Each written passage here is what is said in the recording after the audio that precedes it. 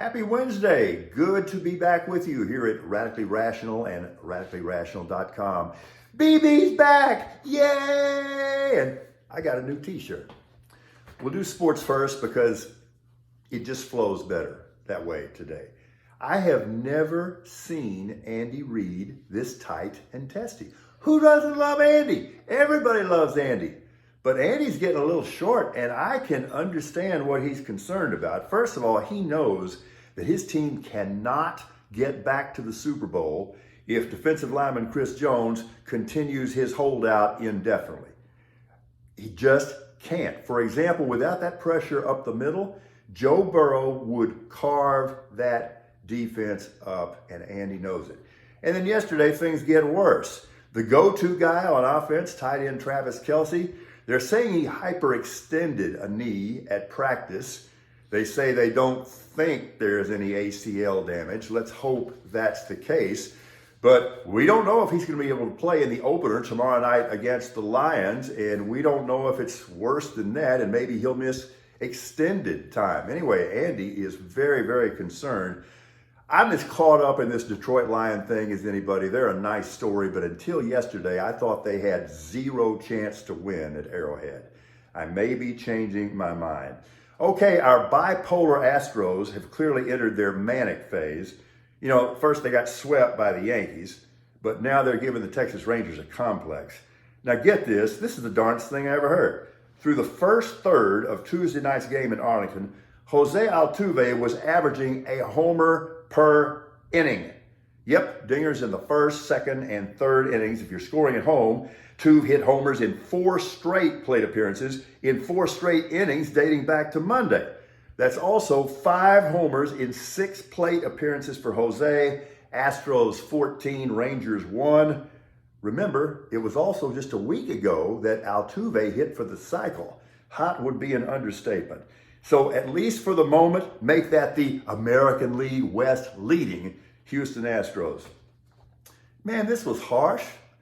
I feel badly for the guy and the team, but did you see this? TCU linebacker Johnny Hodges says that his team is currently, quote, the laughingstock of college football. Now, I don't know that I would go that far. I think that's a little harsh, but there is no doubt that Horned Frog coach Sonny Dykes is going to have a hard time putting Humpty Dumpty back together again. You remember there was that 65-7 flogging that Georgia hung on the Frogs in last season's college football playoff championship game, followed, of course, by the season opener in 2023 last Saturday when they lost at home to Colorado, a team whose roster is composed of guys who just met each other about 10 minutes ago. So the Frogs are already hearing another F word, frauds. Understand, I don't feel that way quite yet, but if TC loses its next game a week from Saturday at Houston, things may change. Now we change courses. Of course, they keep doing it because it keeps working, and that's the part that I just don't understand. See, first there was the big lie, the one from which all others rose. Trump won the 2020 election. The election was stolen. No, he didn't. No, he wasn't. And those are facts. Then we moved to Jan 6. That was legitimate political discourse. No, it was not. It was a violent, premeditated, armed insurrection by American traitors who tried to overturn the legitimate results of a legitimate election, thereby interfering with the peaceful transfer of power and effectively attempting to overthrow the government of the United States. It was nothing less than that. All right, so now we have a 4-time indicted former president who faces 91 criminal counts, even as he strives to return to the White House. And the cult can't wait to move him back into the Oval Office. That's the part I don't get. These charges don't bother them in the least. In fact, the indictments serve only to stoke their rage and inflate Trump's coffers.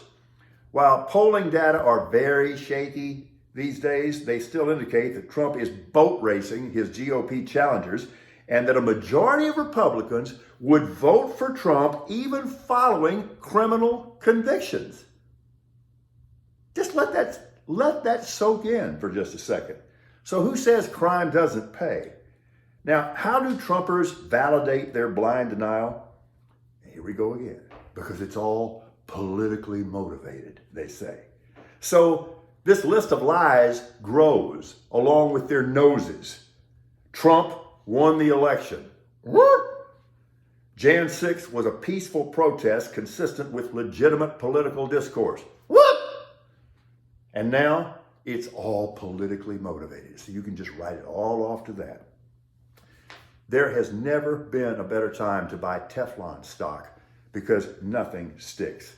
Now, I will concede there's a measure of demented political genius in all of this. Get out front of everything and falsely accuse your opponents of the very things you are doing. Evidence not required, because evidence is never required with this bunch. Trump won the election, zero evidence.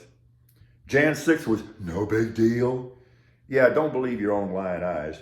Politically motivated charges? How? How? Explain this to me. Now, these are rule of law charges. Objectively examine the indictments. There is more than probable cause that serial felonies were committed. There will be trials. That's the way the system works.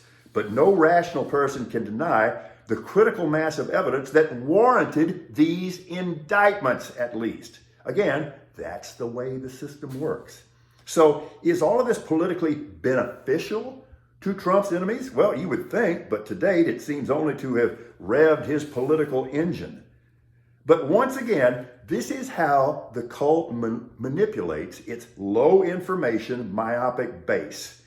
There is a difference between politically advantageous charges and politically motivated charges. If you're saying the only reason that these indictments were handed up is for political reasons, you're just not being honest. And keep in mind, virtually 100% of the evidence that is involved in all of these cases has been provided by Republicans. You keep conveniently forgetting that, don't you? So here's their strategy. Once you can convince the true believers that this is all politics, Trump is unchained from any future constraints, and that's frightening. The only thing that is politically motivated here is the dishonest attempt to portray the indictments as politically motivated. They're not. Oh, and by the way, if you're watching, this diabolical game plan works at the state level too. See Paxton, Kenny Boy. Have a good day. We are radically rational.